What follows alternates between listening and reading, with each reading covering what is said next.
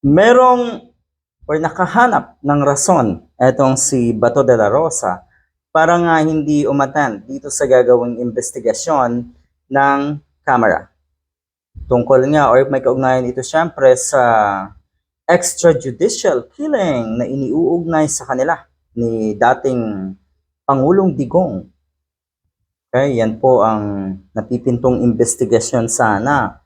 Pero yun nga, nakahanap ng kakampi etong si De La Rosa. At pinakarason niya rin para hindi nga siya dumalo. Hindi niya siputin etong investigasyon na ito.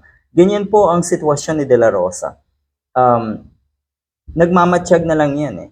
Nakikibagay na lang sa kung ano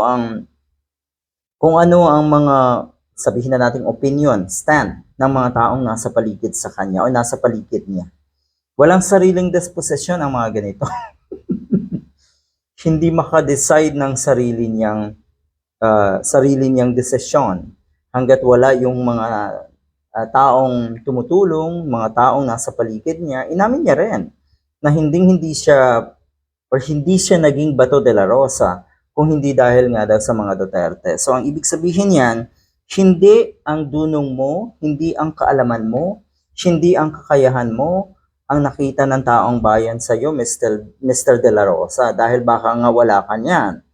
Na-elect ka dahil sa tulong ng mga Duterte.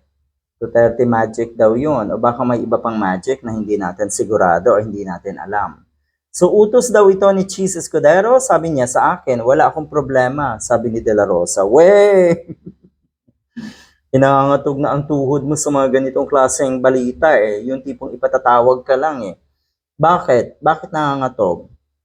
Kasi alam niyo po sa sarili niyo na hindi niyo kayang depensahan yung laban na ito. Hindi niyo kayang i-present yung sarili niyo na taas noo.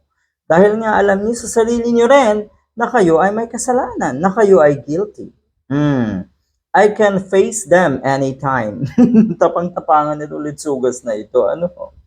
Pero yun nga, tapang-tapangan ka, pero ang tapang mo ay doon nagmumula, doon nanggagaling sa kuno ay sinasandalan mong pader, na alam mo rin sa sarili mo na malapit ng matibag. Yan po ang pader ni Duterte. But still, I have to follow the guidance of the Senate President. Yon. Okay, so Senator Mig Subiri, ayan. Ayan po yung traitor niyo na kaibigan na paiyak-iyak pa. Masunurin ngayon dito sa bagong Senate President. Dapat lang siyang sumunod para kahit papano malusutan o makatakas siya nga sa paggisa ng Kamara sa kanya tungkol sa extrajudicial killing. Good luck. Ano pa? Meron pang balita tungkol dito eh. Ito yun, oh. We have to seek guidance because that is an enshrined practice, a tradition among chambers of the legislature to observe interparliamentary courtesy.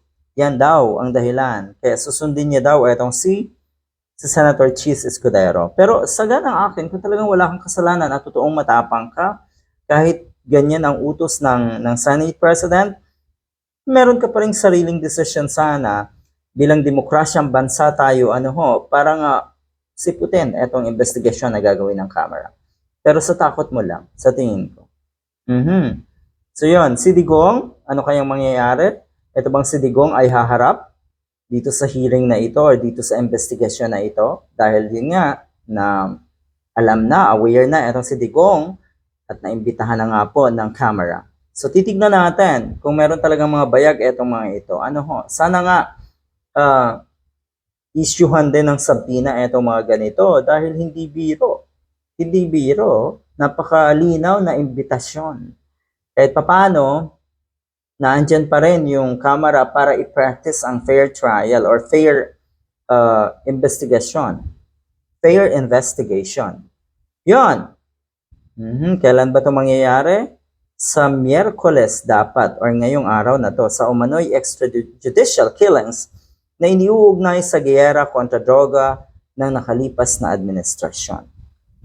Yon. Siguro hinuhunt itong si Duterte ngayon dahil hindi talaga mawala sa usapin. Araw-araw halos ay laman ng usapin, laman ng media, laman ng social media, etong issue na ito ng extrajudicial killing Napaka-fresh na naman po na usapin. Minsan nawawala yan. Pero lulutang uli dahil nga siguro or ito ay malaking hint na mukhang nalalapit na nga etong ICC para hulihin etong dalawang ito at ang iba pa. Good luck.